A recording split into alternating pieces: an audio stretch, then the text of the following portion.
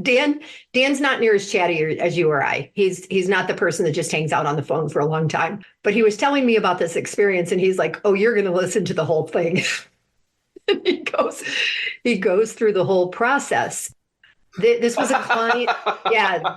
Welcome to Real Siblings, It Ain't Easy, a real estate podcast with the goal to educate, inform, and save their listeners time as they navigate the market and properties in their neighborhoods. Get ready to join real-life siblings and professional real estate advisors, Donna Reed and Eric Seemann, as they discuss how it may be simple, but it ain't always easy.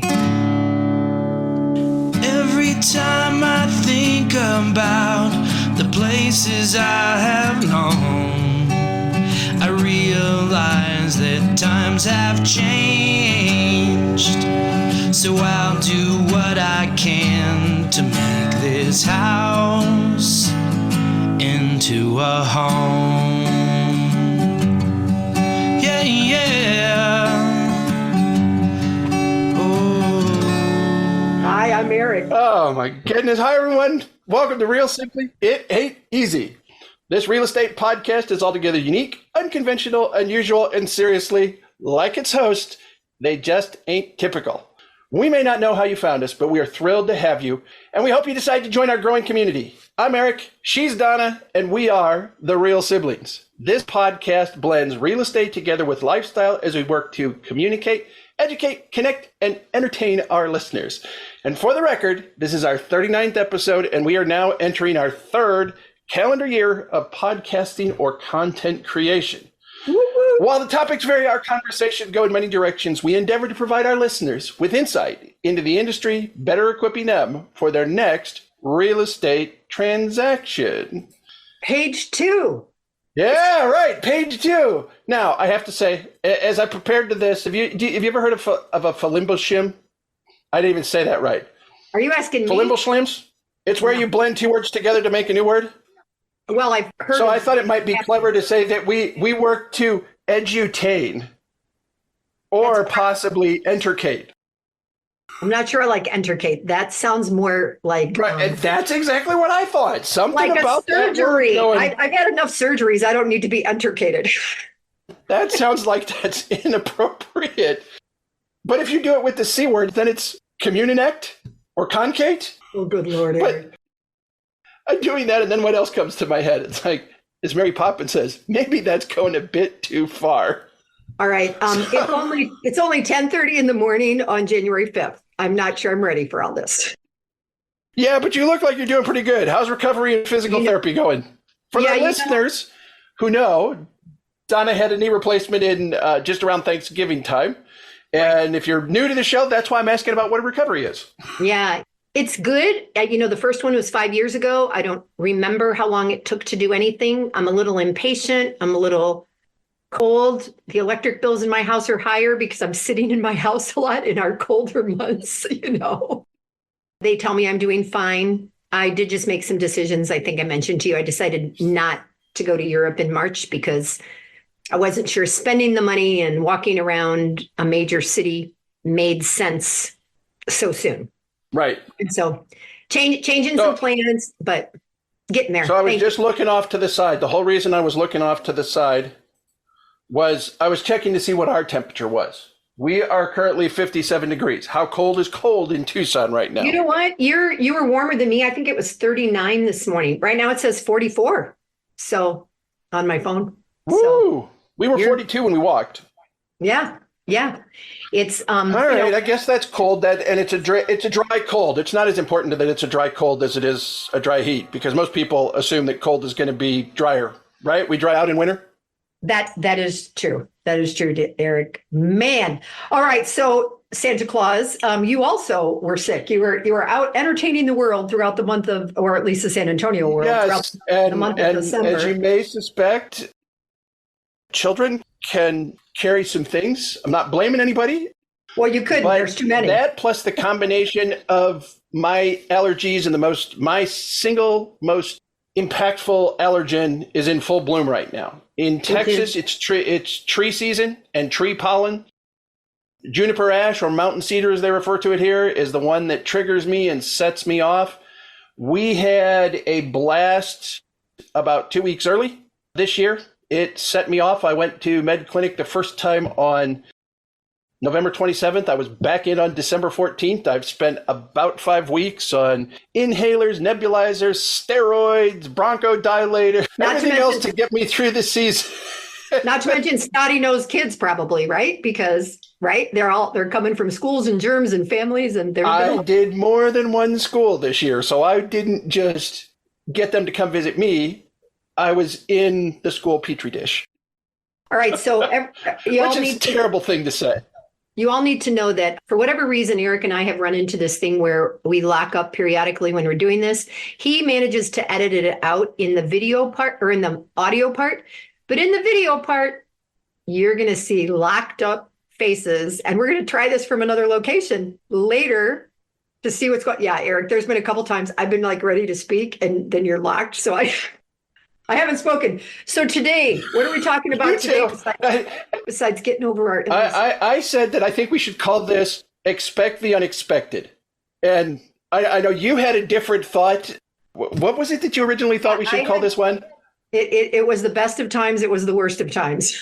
Yes. And what we're relating this to is the fact that both of us have recently gone through, from either a personal standpoint, myself in my own house, Donna with the house that she's working and renovating down there, and then honestly bringing in probably a little bit of conversation about what our brother is experiencing up in Kansas.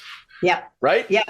Yeah. And there's contingency, and then there's way beyond the contingency, right? Right. So the pictures that are behind me, I'm going to guess that most listeners, most people in the world have at one time or another seen one of the little memes or sketches. There's a black and white version of this where you see your house a certain way, and then the buyer sees it a certain way because they're making an offer, and then the appraiser sees it another way, and then the bank has to do a loan. And the truth is that it's kind of funny, but all that plays into it, right? We've been running into this because I have been working on a condo that I'm going to help sell for an older friend of mine from church. You have been doing construction within your own house. And our brother Dan, who's in Manhattan, Kansas, has had a house. I think he said he bought it November of 22, Eric. I think it's been that long. And I talked to him yesterday and it finally closed. Wow. Okay. Yeah. So he's had that one for almost 18 months, 19 months at this point. Right. No. Right. Well, yeah. Anyhow, beyond what would be considered a normal repair renovation time frame. Yeah. Yeah. And so I want to talk about his a little bit because Dan's not near as chatty as you or I. He's not the person that just hangs out on the phone for a long time. But he was telling me about this experience and he's like, "Oh, you're going to listen to the whole thing." And he goes through the whole process. This was a client. Yeah. I don't know if it was in Manhattan or Junction City or exactly where it was, near Fort Riley, Kansas. So they about 35% of the loans they do in that area are VA. So this was a veteran that was buying it. That means no money down, and typically they don't have a lot of money to put into things. So Dan and his partner had purchased it and flipped it, which took way longer than anticipated, right? And then they got to the point. So I think rough numbers I'm going to share with you all. I think they paid about $150. My brother's got about $50,000 in repairs into it, and then another $20 in carrying costs for keeping the power on, and the money he has to pay on what he borrowed. So he's at about $70,000 into it, and they got an offer. They listed it at $280, and it came in with an appraisal of $260. Now, if you've ever done a VA loan or if you've ever been a VA buyer, there's a program called Tidewater where you can go back and you can try to support the price that you put it at and see if the VA appraiser will adjust it. Yeah, that's one of those terms that it's like, where did we come up with that? Yeah, I don't know. Maybe get it before it goes back out. I don't know. Yeah. It's crossed my mind before, but then you always get wrapped up in if you're in the transaction and you have it going on, you're worried about the numbers, not what it's called. And then once you've either gone through that and you're moving on, you don't think about, I need to go back and research that. But I'm going to have to put it on my notes for why do they call it a Tidewater? And it only exists really in a VA appraisal status. That is correct. Yeah, I don't know from an FHA perspective if there's a term, or you can always go back and argue them. So interestingly, now they're at $260, and Dan has got at that point at least $220 into it, right? And his partner, who is the contractor, hasn't been paid to do the work because he's a partner in the profit. So he's done all this remodeling and not been paid. In the interim, they do the appraisal, see the house with the appraisal picture. And there's apparently a shed and a wall. So the appraiser requires a survey. And, you know, it's interesting for me because where we grew up, we allude to Lindsey all the time about how, you know, on Main Street, Dan talked about Chick and Gladys's house being partially on and how we would mow part of Mrs. Weaver's lawn. We didn't know where things were. And then the house on Lynn Street. So it happened a lot where things overlapped from what the original lot line should have been. Anyway, now they have to do a survey. So buyer wants the house, they do a survey. I'm going to say, I think he thought this was $7,000. I haven't had to do surveys, so I don't know, but they had to do a survey, that and the wall, maybe they had to reposition or do something with the wall. Now they go to closing and they get to closing and they were so busy worrying about the survey and the wall that they didn't notice that, I don't know what those windows are called when you have a basement and they're like dug out down below, because we don't have those in Tucson. Yeah, because we don't have basements, we don't worry about it. But yeah, they have some sort of shaft to allow light into the basement. Right. So they had to cover it. And they got to closing and they didn't know they had to cover it. So, and I don't know if that means a screen for pets or I don't know what it means. So his partner put the cover on it. And then they got to closing and Wynn turned in the receipt, but not in the name of his contractor license. So on the 28th, a week ago, at 5 p.m., they were not able to close because Wynn had to do a new receipt in his contractor's name. And this is nothing more than the cover to help keep the moisture and the snow and everything from building up down there. From building up down by those windows. Down that shaft that's there next to the window in the basement. Yeah. And back in Ohio, if you recall, a lot of people would have straw bales around for warmth and stuff, but there were a lot of those windows. And most of the basements weren't finished in farmland, you know, to be years later maybe, but not to begin with, not the old houses. Anyway, all is said and done. They finally closed. The realtors agreed to a reduced commission. And at the end of the day, I think the realtors still made more money than Dan and Wynn did after a year. So the whole point of all of this is it could have been the perfect blend and they could have made $50,000, $60,000, $70,000. But you have to be prepared for the other side of it, right? You know. And how much, when you make an offer on a house that needs work, do you have a 20% give or take wiggle room? Do you do 30? Like what is your number and how experienced are you to be able to accommodate the unknown? Well, and considering this is the industry we both work in, I think when you did your kitchen renovation, and certainly I know with some of the work renovations and things I had to do on my own house, there is the contingency for things that are going to be a little bit more expensive than what you think, or things that run over. But is there a contingency for the complete unexpected? And what does that number come up to? We had, because of our situation at our house, in the kitchen, in a bathroom that was completely gutted, walls, things along those lines, because we're on a septic system, because we're pier and beam on a septic system, as we disconnected things, we stopped putting as much water down our sewer pipes as we normally do. And that caused us a different problem, totally separate from and had nothing to do with the demolition and the remediation and the restoration that needed to be done physically, new vanity, new sink, reset and toilet, that sort of thing. We ended up having to power spray not once but twice our entire septic lines because there's a gentle enough slope that not everything washes down. It dried up and created a blockage. So here we are, having spent months in renovation, hundreds to thousands of dollars in plumbing work. Yeah. And Jeannie goes to flush her toilet, and we ended up backing up in both the sink and the tub. Oh, right. It's like, I can't ever use that sink again. Fortunately, we hadn't changed the sink yet. That came later. But it's those kind of things that it's like we knew we were going to have to pay for plumbing. I knew I was going to have to pay a plumber to re-plumb under my sink and make sure everything's connected and re-plumb under the vanity. I was not anticipating that I was going to have plumbers here for hours ripping out additional toilets in order to get to the sewer system, in order to do this, it just seemed like for a while there was a never-ending cascade. From our own personal standpoint, had we not found an active leak under our sink, which was causing some of our mold issues, we wouldn't have gotten anything from our insurance company. Because even though we have mold coverage, and for people watching, I just did air quotes as I paused a little bit there. Insurance companies, homeowners insurance companies, they want to have an incident, something that they can draw that line in the sand. And I use that reference way too frequently being in San Antonio, but they want to have something that they can, this is the defining moment. This is what happened. Was it a lightning strike? Was it a fire? If it's an auto accident, was there an auto thing? Mold doesn't happen that way. Mold takes time. We ultimately, part of what ended up having to be destroyed goes back for us probably close to 7 years. Wow. To the last time we had a line break and the walls ripped out, and they sealed them up too fast.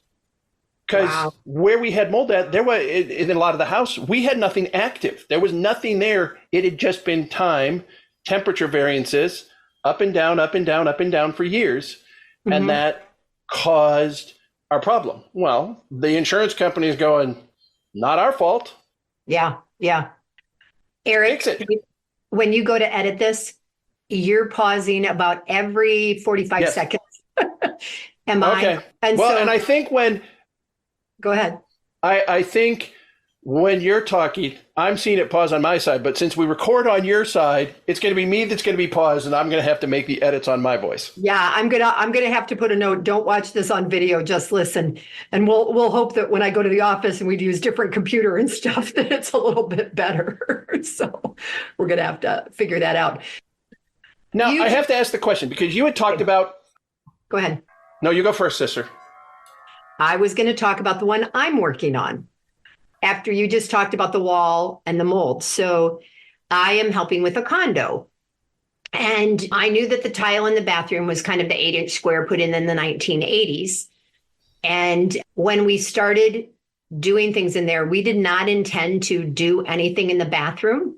And we ended up having to do both bathrooms, showers, and each tub surround or shower surround had 2 layers of tile, not 1. The floor had 3 layers. 3. So we take up the white tile. There's another one underneath that kind of looked like the linoleum kind of squares that we might have put on in our house in Lindsey back in 81, 82, 83. I don't know. And then there was another one under that. So all of the costs and the tear out costs, not to mention this is an upstairs condo that you cannot access from the back. So we had to pull a dump truck up, put it outside the 2 bathroom windows. And I paid some young people from my office to go over and throw tile out the windows down into the truck. But when we looked at it to do an estimate, you're like, oh yeah, we're gonna paint, we're gonna take out the carpet, easy peasy. No, the tack strips that were put in with nails way more often than you needed for the carpet. So that was more work. I can hardly speak it because every day there was like a new adventure, including when we moved the toilet after the 3 layers of tile, getting to the point where that toilet was not installed properly. More plumbing. The owner doesn't know this. Nobody knows this except the people that installed it incorrectly, right? So just like cha-ching, cha-ching, cha-ching, the dollar signs are going up, going up, going up. And my original estimate that I wrote down, I thought I had between 7 and 10,000. I might get to 12. I'm going to tell you, it's going to be closer to between 18 and 20,000 we're going to have. And we'll get that back. And the owner has enough equity that it will be fine. But just, it's all the unseen, all the stuff you can't see. So. Yeah, and you were fortunate. If it had gone back even further, then you had the potential that some of those tiles, those first ones on the very bottom, could have been manufactured at a point where they had asbestos in them. And you That's could true. have add in another layer of complexity because now you have to put up the barricades and PPE equipment and everything else for someone to come take care of that. Yeah. Yep. Not to mention the HOA is responsible for the exterior, which looks like yuck. And they're voting Monday night if they're going to take care of it. They're supposed to take care of it. They pay to take care of it, but I won't be able to sell it to an FHA or a VA buyer if the HOA doesn't do what they have to do on the outside. So just complications, right, that you don't expect. So. Yeah. Well, and another one, I've got a client, long-term client of mine, Willard, who had spent a great deal of time now last year working to renovate a rental property that he's had for years. We knew it had foundation problems, and that was one of the first things that had to be taken care of. And I think in our foundation episodes, we've talked about the fact that San Antonio has these areas where the settling occurs and you have to shore up the foundation because of that expanding and contracting soil. That's what we had happen. Well, by the time we lifted the house, then we created all kinds of plumbing problems. And in correcting the plumbing issues, you're now permitting with the city. The city has to come out and inspect. Part of what you're doing and your schedule is based on them showing up when they're supposed to. And if they're really busy and can't get out for several days, you're stuck. You're not doing anything. So there's that protracted time that you have absolutely no control over.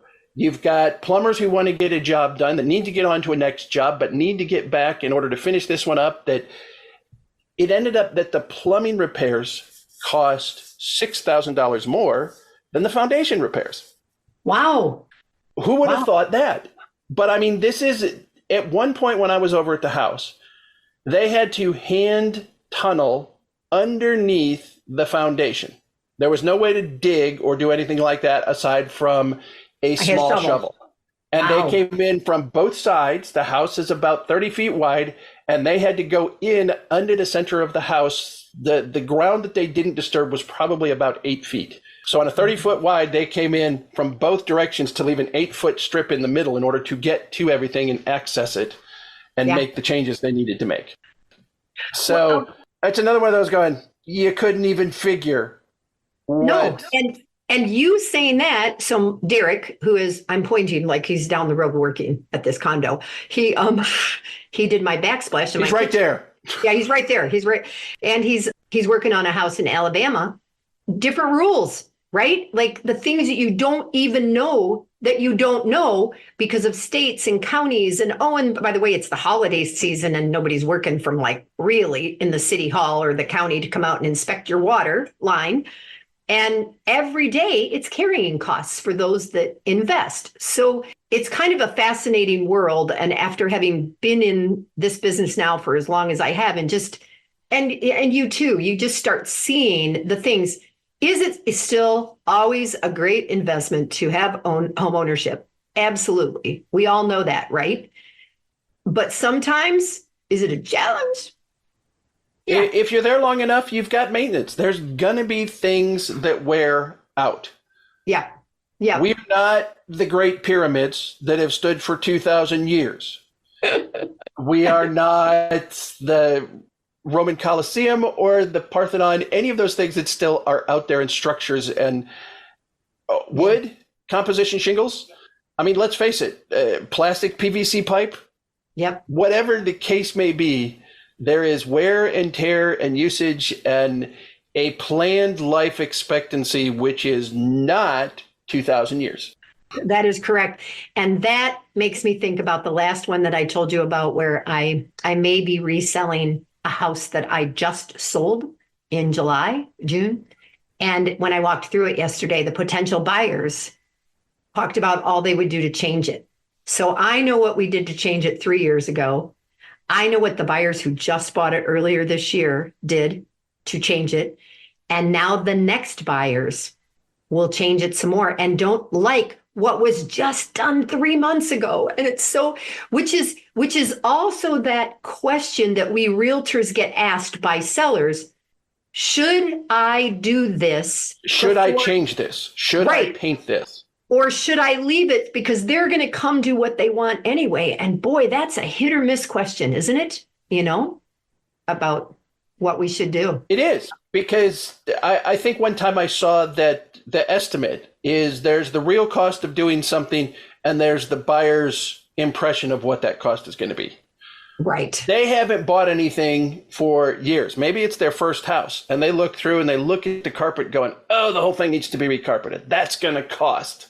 Yeah. Yeah. It may really not be that much, but it's there. And is it better to have really, really worn out carpet that everybody walks in and looks at and goes, nail polish stains in the girls' room, cat and dog stains, you got da-da-da-da-da-da. Or do you change it just to help market it and sell it? Yeah. Yeah. Before we do the closing, you mentioned Willard. Does he still own the homes in Toledo that he had? Can you hear me? I'm sorry. You broke up because of our delay and what we've got going on here. Technologically. Does Willard still own the homes in Toledo? He still owns Collingwood. Yeah, he has a fourplex on Collingwood Avenue. We were able to connect and sell South Bend, Indiana. So one of the ones that he's had in South Bend, Indiana for years is now gone. I met a man the other day and we were talking, and his daughter lives in Toledo. And 2016, I think. Oh, wow. Yeah, so I met this guy and he said, my daughter lives near Hill Avenue. That's how long ago? Okay, now we're talking over each other. We just need to end. Okay, never mind. I'm just saying I met somebody else who has a daughter living in Toledo, so it doesn't matter. All right. As we close the episode, we want to thank you all for listening. And I'm going to suggest you really listen and not watch, because you're going to get tired of watching us pause. But we, stroll a little bit down memory lane. We got to figure out what's going on. Yeah. Yeah. This is a little bit more recent. We just briefly touched on Ohio and the homes back there, but a little bit more about life and times and the ownership prospect and the repair costs associated with things. Please keep us in mind as we work to communicate and educate and entertain, and whatever those words are Eric said earlier. If you're in Arizona, and specifically I'm in the Tucson area with Keller Williams Southern Arizona, or if you're in the San Antonio area, Eric is with Keller Williams in Texas, and we are here to help you. I can't even say where you are because San Antonio is so big. So he's in the hill country with all those trees and all those hills and all that stuff. Anyway, we are here to help you find a place to call home and create your own memories, whether those memories are fixing things up and making it your own, or whether you walk into something that's ready to go, like that one behind Eric in the picture. If you're across the United States or around the world, we're both a part of extensive networks, and we can refer and help you find a real estate expert wherever you are. Remember, it may be simple, but it ain't always easy. And until next time, I'm Donna. I'm Eric. And we are real siblings. Never going to work with the delayed pause. Eric, have fun editing this. And I'm going to go to the office and we're going to try the next one on a different computer.